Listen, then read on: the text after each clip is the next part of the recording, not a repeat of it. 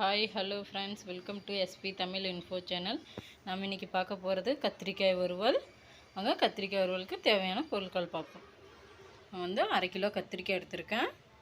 இன்றைக்கி தேவையான அளவு எண்ணெய், தேவையான அளவு உப்பு, 2 பெரிய வெங்காயம், 2 பெரிய தக்காளி, தாளிக்கிறதுக்கு கடுகு, சீரகம், 1/2 டேபிள் ஸ்பூன் பெருங்காயத்தூள், 8 பல்லு பூண்டு, 3 பச்சை மிளகாய் நீட்டு வாக்கில் வெட்டி வச்சுருக்கேன், கரம் மசாலா, மஞ்சள் தூள், மல்லித்தூள், வாசனைக்கு கொஞ்சம் கொத்தமல்லி தழை. வாங்க ஃப்ரெண்ட்ஸ், இப்போ நம்ம வீடியோக்குள்ளே போகலாம்.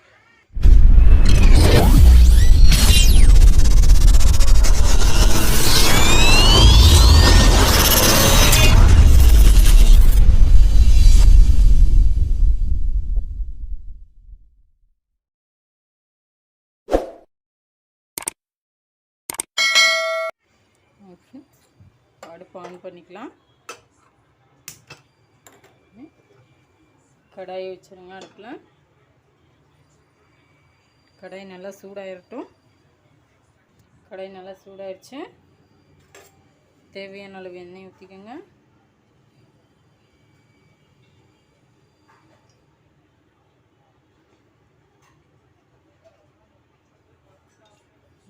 எண்ணெய் நல்லா சூடாயிரட்டும்.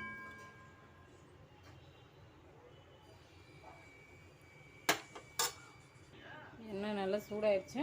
நம்ம இப்போ கடுகு சீரகம் போட்டுடலாம்.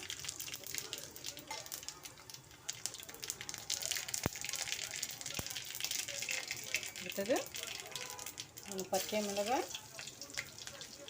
பூண்டு ஒரு 2-3 செகண்ட் நல்லா வணங்கிட்டு, அடுத்தது வெங்காயம் போட்டு ஒரு 3 நிமிஷம் நல்லா வணக்கி விடுங்க. கொஞ்சம் ப்ரௌன் கலர் வந்துருக்கும்.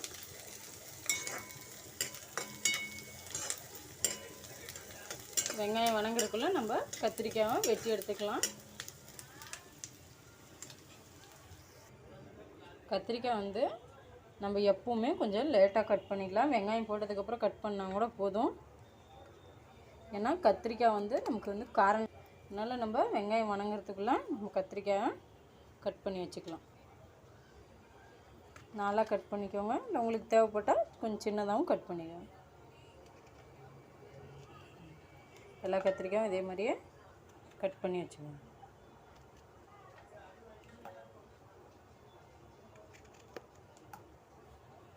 பாருங்கள், கத்திரிக்காய் எல்லாம் வெட்டியாச்சு.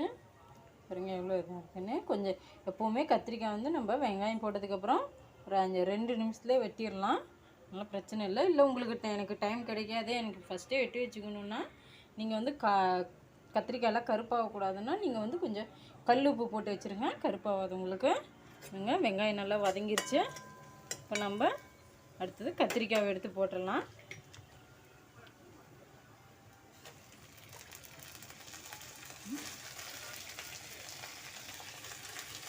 நல்லா கொஞ்சம் உப்பு போட்டு நல்லா ஒரு 10 நிமிஷம் நல்லா வதக்கி விடுங்க. கத்திரிக்காய் அரை வேக்காடு நல்லா வெந்துடணும். தேவையான அளவு உப்பு போட்டு நல்லா வதக்கி விடுங்க.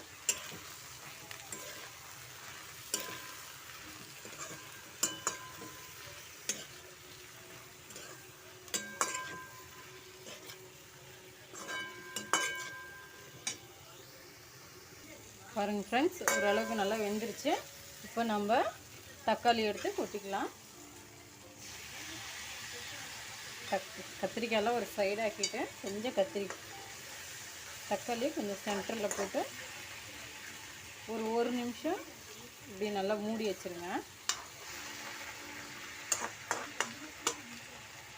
மூடி வச்சிட்டிங்கன்னா தக்காளி ஓரளவுக்கு வெந்து வந்துடும். நமக்கு மூடி வச்சிடலாம். ஒரு நிமிஷம் நல்லா மூடி வச்சுருங்க. வாங்க ஃப்ரெண்ட்ஸ், ஒரு நிமிஷம் ஆயிடுச்சு. நம்ம இப்போ திறந்து பார்த்துடலாம்.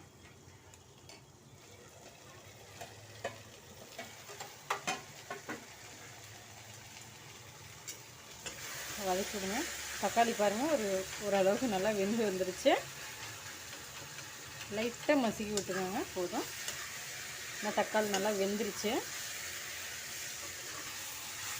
அடுத்தது இப்போ நம்ம மசாலாலாம் சேர்த்துக்கலாம். நான் வந்து இன்றைக்கி கரம் மசாலா, மல்லித்தூள், மஞ்சத்தூள், உங்களுக்கு தேவைப்பட்டால் நீங்கள் 1 டேபிள் ஸ்பூன் மிளகாய்த்தூள் எடுத்துக்கோங்க. ஏன்னா நாங்கள் குழந்தைங்கள்லாம் இருக்காங்க எங்கள் வீட்டில், அதனால் நான் வந்து மிளகாய்த்தூள் யூஸ் பண்ணல. இல்லை உங்களுக்கு காரம் பிடிக்குன்னா 1 டேபிள் ஸ்பூன் மிளகாய்த்தூள் ஆட் பண்ணிக்கலாம். நல்லா வதக்கி விடுங்க.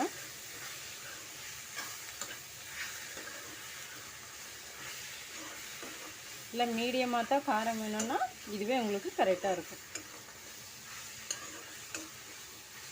இப்போ பெருங்காயத்தூள் போட்டுடலாம். பாருங்கள், பெருங்காயத்தூள் நம்ம எதுக்கு போடுறோன்னா, இது நமக்கு எந்த ஒரு வயிறு ஜீரணம் ஆகாமல் இருக்கும் ஒருத்தவங்களுக்கு சாப்பிட்டு. அதனால் பெருங்காயத்தூள் போட்டிங்கன்னா எல்லா சாப்பாட்லேயுமே ஜீரணம் ஆகிடும் சீக்கிரம். அதனால் எல்லா குழம்புலையும் எல்லா இதுலேயும் நீங்கள் பெருங்காயத்தூள் ஆட் பண்ணிக்கோங்க. கொஞ்சம் நல்லா வதக்கி விடுங்க. ஒரு 5 நிமிஷம் வதக்கி விட்டால் போதும். ஏன்னா எல்லாம் நல்லா வெந்துருச்சு பாருங்கள். இப்போ நம்ம ஏன்னா மசாலா போட்டோன்றக்கோசரம் ஒரு 5 நிமிஷம் நல்லா வதக்கி விடுங்க. அடுப்பை சிம்மில் வச்சுக்கோங்க. சிம்மில் வச்சுட்டு நல்லா வதக்கி விடுங்க.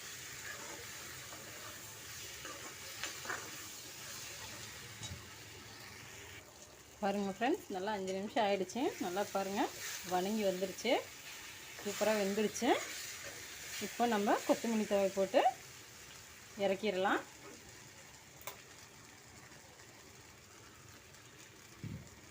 இது வந்து வாசனைக்கு தான், போட்டாலும் போடுங்க, இல்லைனாலும் போடணுன்னு அவசியம்லாம் இல்லை. அடுப்பு ஆஃப் பண்ணிவிட்டு இப்போ நம்ம வேறு பிளேட்டுக்கு மாற்றிடலாம். பாருங்க, இது வந்து உங்களுக்கு